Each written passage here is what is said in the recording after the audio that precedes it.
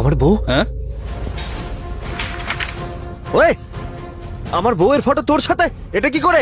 আরে দাদা কি বলছো, ভালো করে দেখো, ওটা আমার বউ। তুই পাগল হয়ে গেলি নাকি? আমার বউকে নিজের বউ বলছিস? আমি তোকে মেরে দেবো কিন্তু। কি মারবে মানে? ওটা আমার বউ তো। দোকানে এসে নাটক করার প্রয়োজন নেই, বুঝতে পারলে তো তুমি? এর নাম রূপা। প্রমাণ দে, এ তোর বউ। প্রমাণ দে। আমার কাছে প্রমাণ আছে, দাঁড়া এক্ষুনি আমি কল করে দেখাচ্ছি।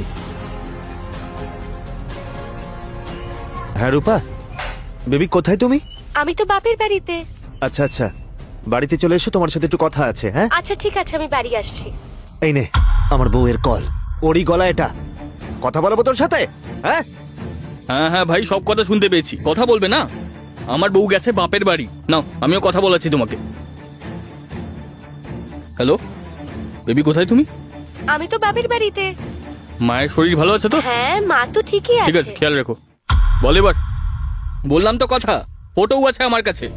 নাটক করতে এসেছিস আমার দোকানে? বেরো এখান থেকে। আরে বেরিয়ে যা বলছি। এসব কি করে হতে পারে? এসব, এটা তো ওরই গলা ছিল। কিন্তু দাঁড়া দাঁড়া, এই দেখ আমার বউয়ের সাথে আমার ফটো। আমি মিথ্যে বলছি না, এ আমার বউ। এটা আমার বউ। কিন্তু আমি বুঝতে পারছি না যে এটা এটা তোর সাথে আমার বউয়ের ফটো কি করে? তুই আমার বউকে কল করলি, গলাটাও ওর ছিল। কিন্তু এক মিনিট, এটা তো নয় যে একটাই মেয়ে আমাদের দুজনকে ঠকাচ্ছে। দাদা একটা কথা বলো, তোমার বউ কি শহরের বাইরে থাকে আর 2-3 মাসের জন্য নিজে বাপের বাড়ি চলে যায় কি? হ্যাঁ, তুই কি করে জানলি? আমার বউ তো প্রায় বাপের বাড়িতে চলে যায়। আরে আমার বউ তো একই কাজ করে, আর বলে তোমার কাজের ক্ষতি হয়ে যাবে তাই। তার মানে হলো ও বাপের বাড়িতে যায় না, ও আমাদের দুজনকে ডেট করছে আর দুজনের কাছেই পালা করে আসে।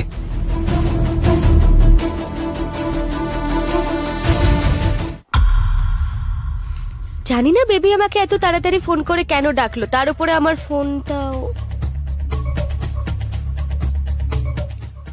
বেবি, তোমার জন্মদিনের উপহার।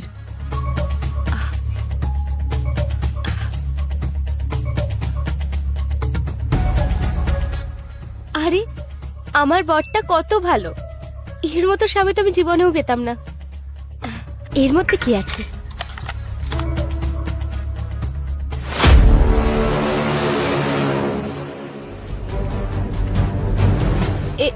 এই ফটোটা। রূপা, কেমন লাগলো বার্থডে গিফট? বার্থডে গিফট তো খুবই ভালো। সব গিফট দেখে নিয়েছো রূপা? হ্যাঁ, আমি সব গিফট দেখেছি তো।